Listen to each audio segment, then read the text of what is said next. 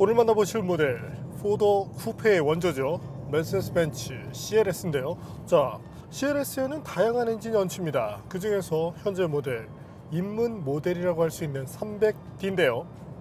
8천만 원대였지만 지금은 차값이 너도 나도 지금 차값들을 올리고 있어서 지금 이제 9천만 원대 초중반이 됐습니다. 자, 디젤 엔진을 우리가 택하는 이유가 뭘까요? 아마도 연비, 이를 중심으로 한 경제성이겠죠. 물론 차값 자체가 경제적이진 않지만 어쨌든 CLS와 경제적인 엔진이 만났을 때 어떤 시너지를 내는지 잠시 함께 느껴보시겠습니다.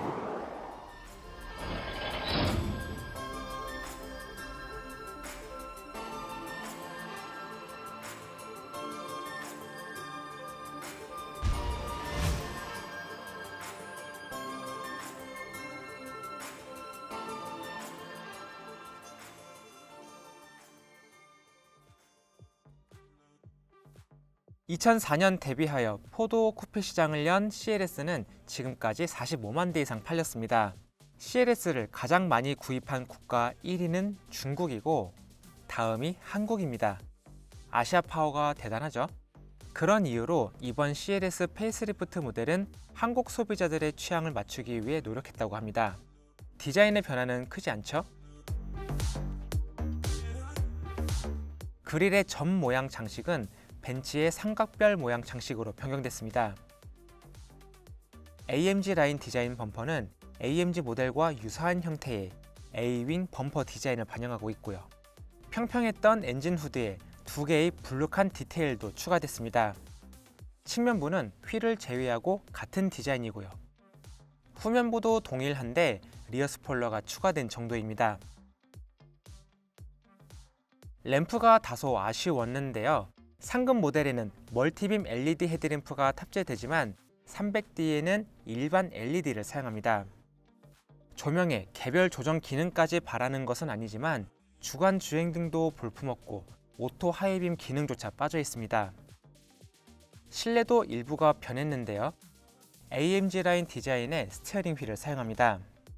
12.3인치 디스플레이 2개는 이전에도 쓰였지만 MBUX가 탑재되면서 계기판과 인포테인먼트 시스템이 요즘 벤츠 스타일로 변경됐죠.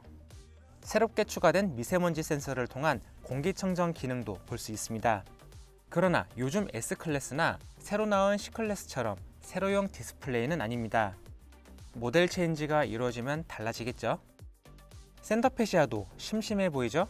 맞습니다. 아날로그 시계가 빠졌습니다.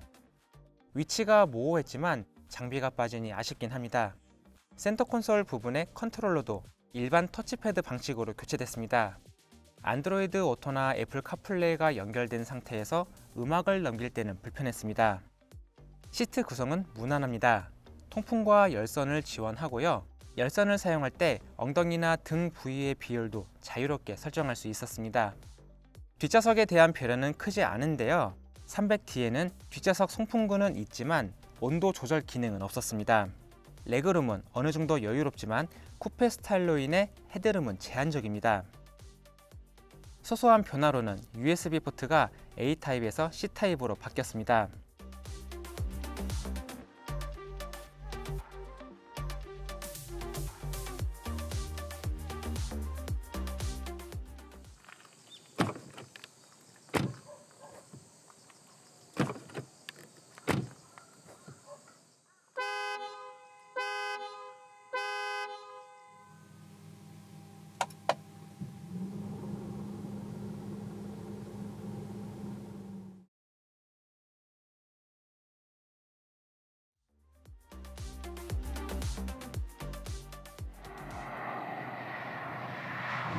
자, 속도를 쭉 올리고 있을 때 무난하게 그리고 꾸준하게 속도를 올려가면서 편안한 가속을 이어가고 있습니다. 뭔가 운전자에게 확 하고 잘 나간다는 느낌 자체를 주지는 않는데요. 여기서 잠시 엔진을 알아볼까요? 300D 엔진은 4기통 2리터 배기량을 갖습니다. 여기에 마일드 하이브리드 시스템을 탑재했는데 벤츠의 시스템은 타사 대비 모터 출력이 높은 20마력대라 효율 측면에서 이점이 많습니다. 300D 엔진의 최고 출력은 265마력, 최대 토크 56.1kg 폴스미터를 낼 수 있는데 2.0L 배기량을 감안하면 타사 모델 대비 마력이 높은 편입니다. 변속기는 9단 자동을 사용하며 벤츠의 4륜구동 시스템 4매틱을 통해 구동되죠. 과거에는 이와 같은 엔진 출력 256마력, BMW 3.0L 가솔린 엔진이 냈었던, 그것도 조금 더 성능을 많이 쥐었던 SI 엔진이 냈었던 출력입니다. 하지만 지금은 이제 디젤 터보차저, 그러면서 또 기술이 발전했고 또한 48V 마일드 하이브리드 시스템까지 적용되면서 조금 더 힘찬 느낌을 보여주게 되죠. 지금 저희가 시험을 해본 결과 시속 200km까지는 꾸준하게 올라가는 모습을 보여주고 있습니다. 최대한 가속해 볼까요?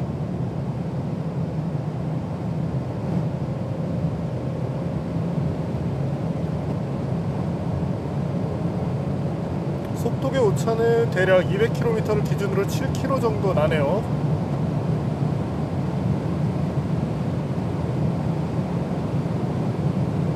자, 대략적으로 230km까지 엔진의 힘으로 가속을 할 수 있었습니다.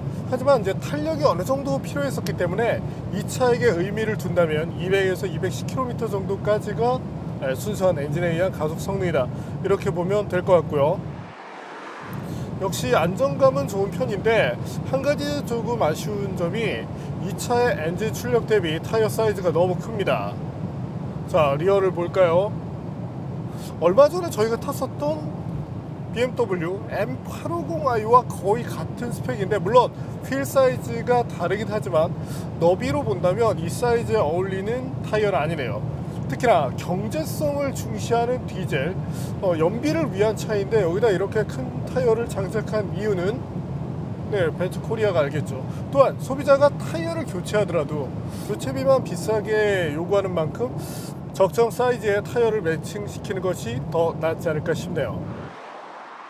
그럼 CLS 300D 발진 가속 성능 얼마나 되는지 확인해 볼까요?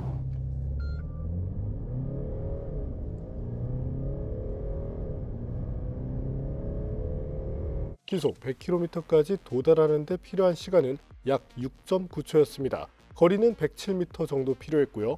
벤츠가 발표한 CLS 300D의 가속 시간이 6.4초니 다소 차이가 나죠. 그동안 90여 대의 벤츠 모델들을 테스트했지만 아쉽게도 벤츠가 발표한 수치를 내는 모델은 본 일이 없습니다. 심지어 AMG조차도 공식 발표 기록보다 0. 몇 초씩 늦게 나오는 경우가 많았죠. 상당히 아쉽죠? CLS 300D의 가속 능력은 아우디 A6 45TFSI 쿼트로, 벤츠의 E250의 중간 정도로 보면 됩니다. 네, 뭐 체감에 걸맞는 그 정도의 성능이었다, 이렇게 말씀을 드리고 싶고, 어차피 더 나은 성능을 원했다면 아마도 CLS 450 혹은 AMG 버전을 택하셨을 테니까요. 그래서 중요한 건 일상에서가 중요한데, 자, 속도를 조금 낮추고 우리가 접할 수 있는 일상 영역으로 한번 가볼까요?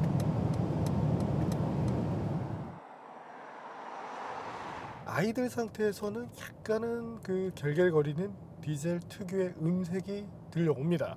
근데 딸딸딸딸딸 하면서 고주파 음색이 아닌 약간은 저음이 섞여있는 음색이에요. 여기서 잠시 정숙성을 확인해 볼까요?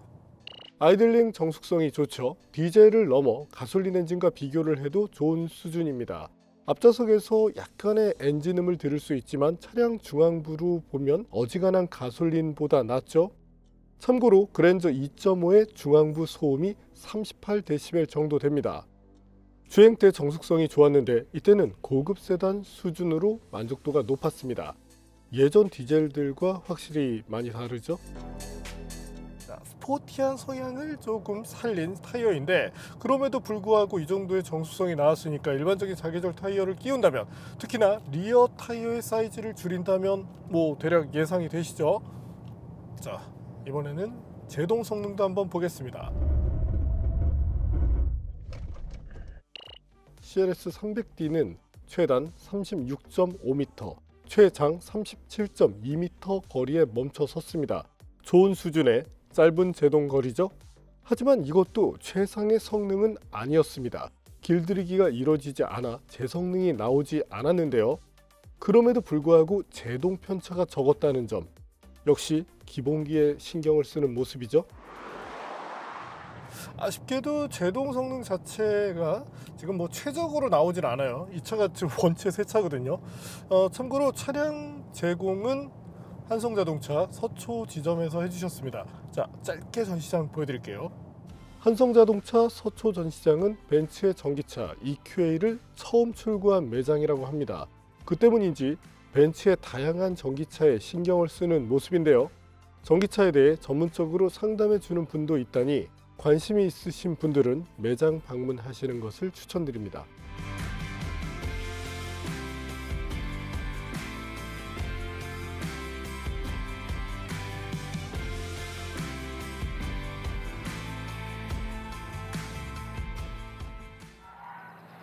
벤츠의 에이다스 의외로 쓸만합니다. 차선 중앙 유지 기능을 비롯해서 어댑티브 크루즈 컨트롤, 그리고 차가 이렇게 들어왔을 때 어댑티브 크루즈 컨트롤이 조금 거칠게 반응하는 경우도 있습니다. 하지만 그런 것들이 많이 완화가 되어 있고 소프트웨어 튜닝이 점점 뭐 다른 회사들도 그렇지만 잘 되고 있죠. 그래서 반자율주행은 아니에요. 이건 마케팅 용어일 뿐이고 에이다스 운전자를 지원하는 시스템으로서 가치를 충분히 보여주고 있다, 이렇게 봐주시면 됩니다. 벤츠의 시스템은 그래도 중상 정도의 능력을 보여주고요. 순수하게 스티어링 어시스트 쪽만 본다면 거의 상위권이죠. 저희가 최근 테스트했었던 테슬라의 스티어링 어시스트를 제외하면 벤츠가 일반 차에 들어가는 시스템 중에서는 가장 좋았습니다. 그리고 여기에 맞먹는 정도의 수준을 보여준 것이 바로 볼보였고요. 자, 시속 30km 정도 덕을 넘어볼까요? 약간은 하다 성향처럼 느꼈었는데 이 앞뒤 움직임에 대해서는 의외로 조금 생각보다 좀 출렁출렁한 느낌이 있어요. 물론 차체가 길기 때문에 그 움직임 자체가 좀 더 크게 느껴지는 것도 사실인데 이번에는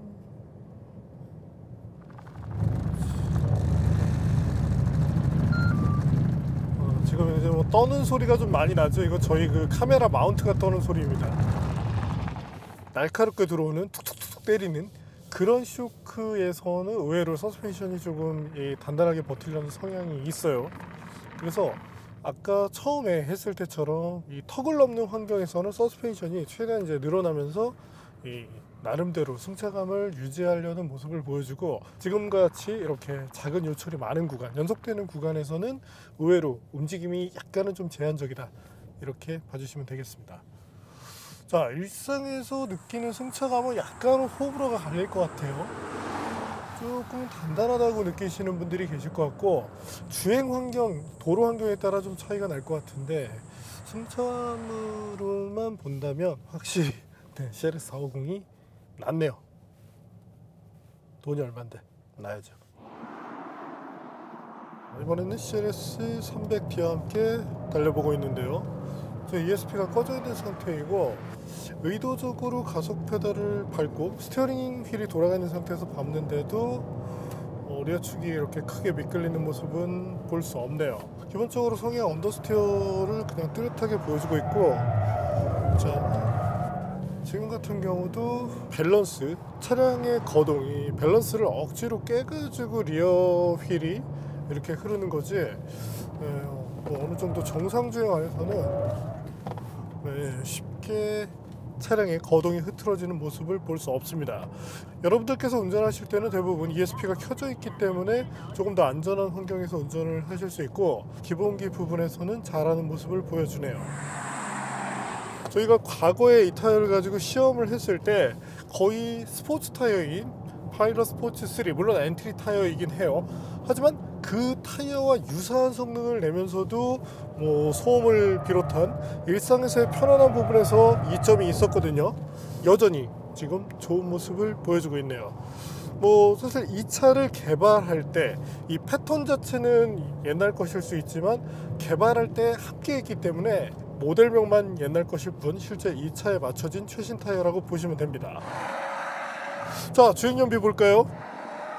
고속도로에서 정속 주행을 할 때의 연비 대략 리터당 22에서 23km로 나왔습니다.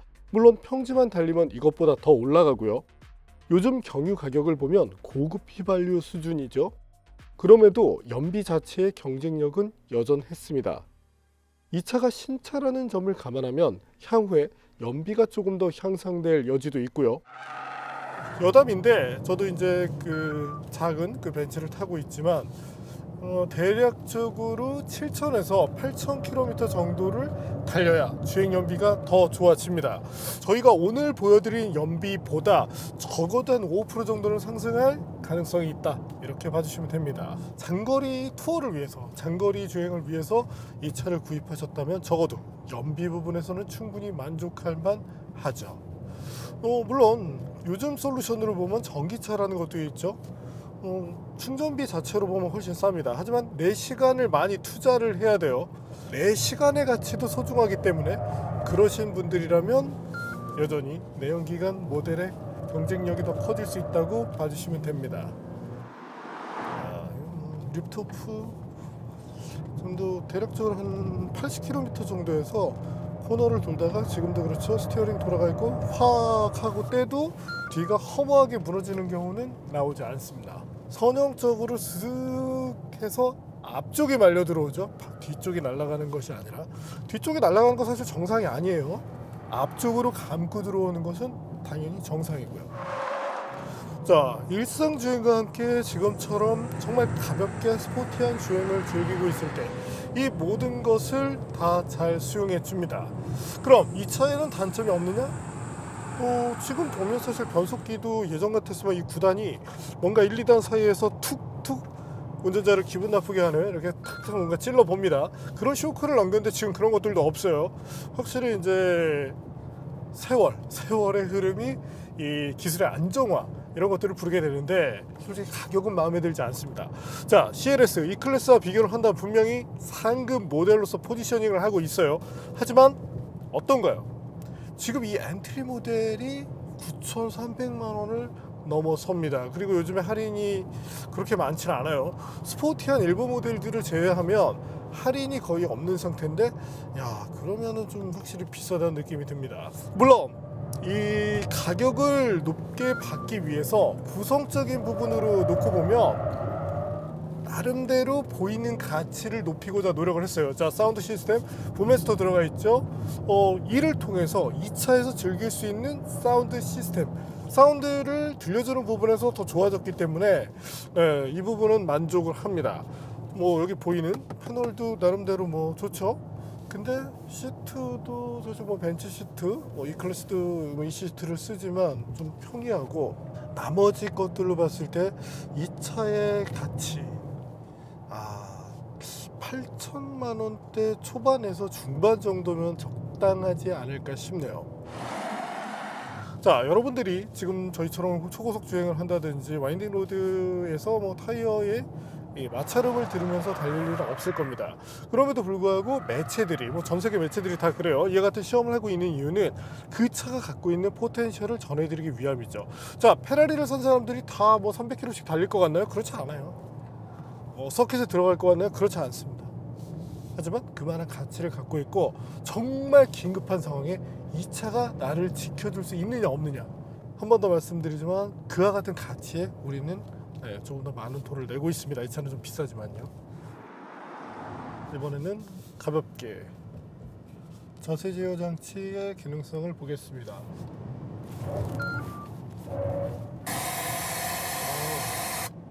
얘도 있네요.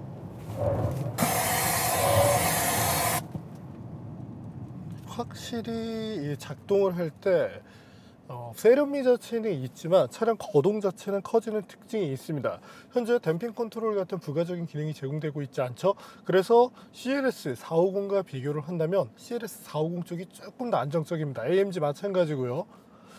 그래도 좀 전에 이렇게 소리로 들려주는, 사실 그 기능 때문에 놀라실 분들도 계시겠지만 어쨌든 우리에게 도움이 되는 기능 중에 하나죠.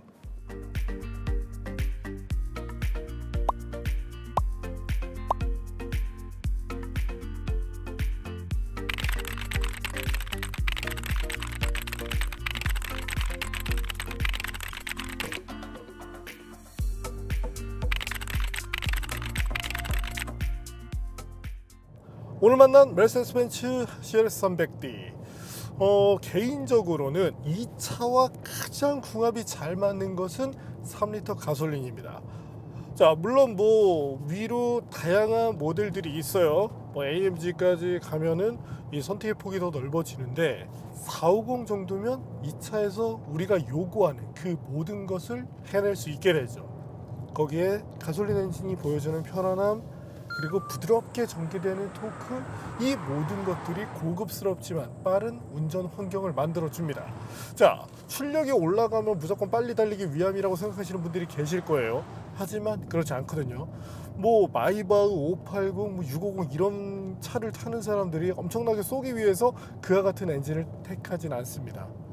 정숙성, 그리고 부드럽게 가속 페달 밟았을 때 싹 하고 고급스럽게 차를 밀어주면서 나가는 그와 같은 맛에 우리는 더 많은 비용을 쏟고 있죠. 그래서 450 대비 300D가 갖는 매력이 조금 희석되긴 합니다. 그러나 누구에게나 그와 같은 고급스러운 환경이 최선이지는 않거든요. 자, 이 차를 택한다면 그 이유는 분명하죠. 경제성. 장거리 투어에서 디젤 엔진이 보여주는 최고의 연비를 택하겠다. 내가 적어도 3만 킬로, 4만 킬로 1년을 달린다면 자, 고급류 넣고 450 타는 거 부담스러워요. 그와 같은 분들께 이 300D 충분히 좋은 선택이 되리라, 이렇게 전망을 해봅니다. 물론 뭐 시내에서 이 차를 운영하는 경우도 문제는 없습니다.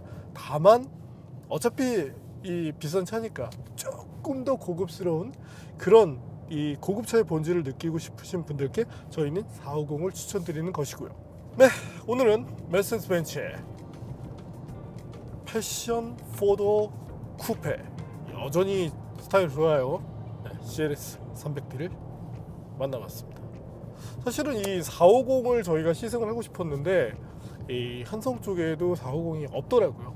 그래서 오늘 이제 300D를 만났는데 그래도 뭐 CLS 자체는 여전히 좋아요. 야, 그래도 1세대 CLS 때 참 좋았었고 2세대도 좋았고, 야, 1세대 CLS 때 영상 저 이거 남아있나 모르겠네. 야, 저때는 내가 몇 살이었나.